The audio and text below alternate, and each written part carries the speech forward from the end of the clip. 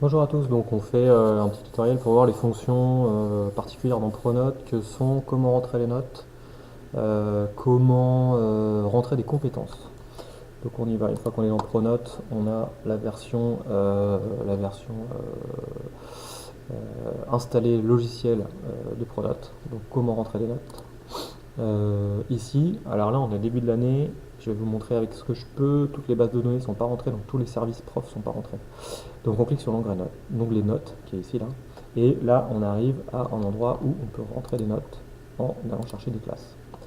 Vous voyez que tous les services ne sont pas rentrés, c'est-à-dire qu'en fait pour la classe des 3, je vais prendre une classe que j'ai de 3A, il n'y a que les services d'anglais d'art plastique qui sont rentrés. Ils sont en train d'être rentrés là, donc on les voit arriver petit à petit aujourd'hui.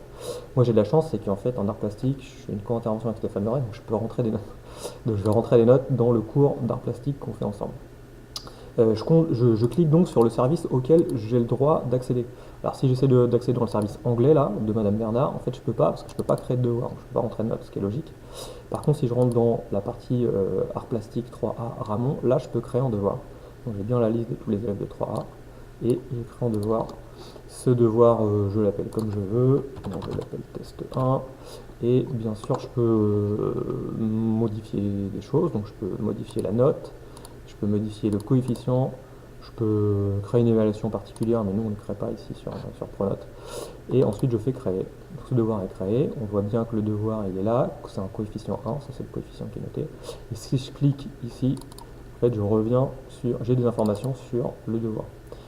Ensuite je peux rentrer les notes directement, il suffit que je rentre, voilà, 14, 25, etc. Alors si je rentre 25 comme j'ai mis que la valeur de la note doit être maximum sur 20, il ne veut pas m'accepter, donc il vérifie quand même, voilà, 18, etc. etc. Tout ça c'est enregistré directement là, donc j'ai pas besoin de faire valider. Si je veux enlever ce devoir, je vais donc aller activer le devoir. Alors comment on fait? Je sais plus comment on fait pour l'activer. Si je veux l'enlever,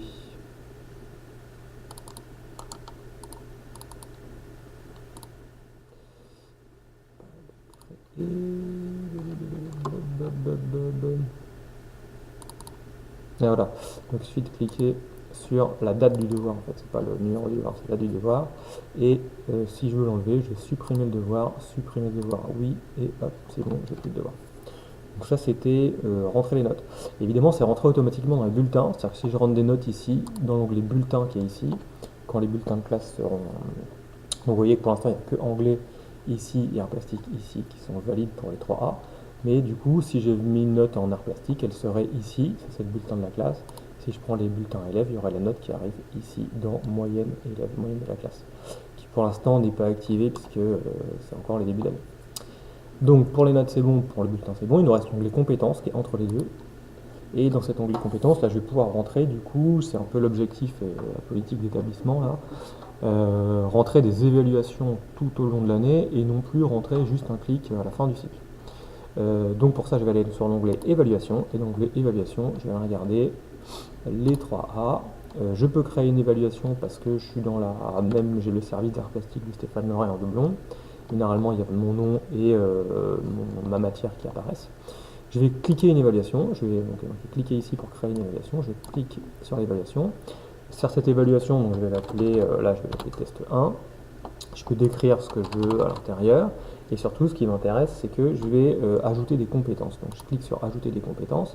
Et alors là, j'ai tout le référentiel de toutes les matières, toutes les compétences de toutes les matières qui s'affichent. Moi, évidemment, en art plastique, je ne suis pas très compétent, donc je vais aller chercher plutôt l'histoire-géographie. Et disons que j'ai fait une évaluation, celle que je viens de rentrer avec mes notes là, où j'ai identifié, on a travaillé sur un repérage temporel, on a situé des faits, on a ordonné des faits les uns par rapport aux autres, on s'est repéré dans l'espace, on a fait des compétences, et puis on a utilisé des outils numériques. Donc j'ai bien un total de 7 compétences qui sont évaluées, je la valide, et là, il me crée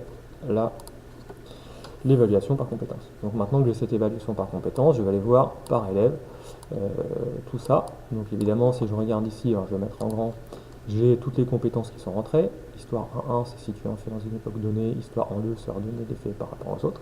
Et je vais commencer à rentrer. Donc je vais voir Jules, par exemple.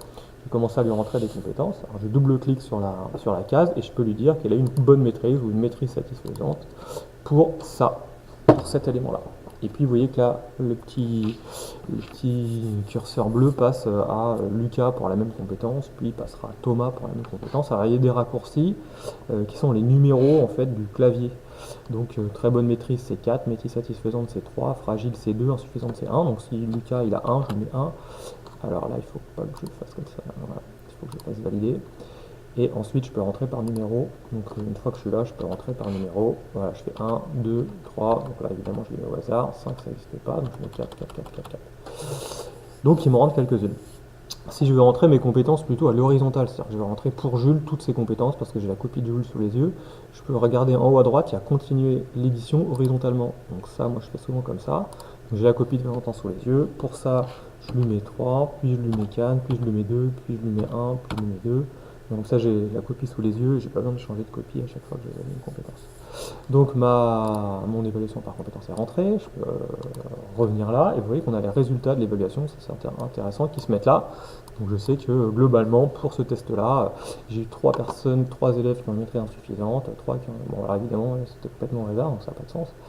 Une fois que je suis sur l'évaluation, si je veux la supprimer, je fais un clic droit à supprimer et je supprime cette évaluation. Si je veux juste la modifier, vous avez vu, je vous le refais, clic droit, modifier, et je vais re-rentrer dans l'évaluation, je peux enlever quelque chose ou ne pas l'enlever.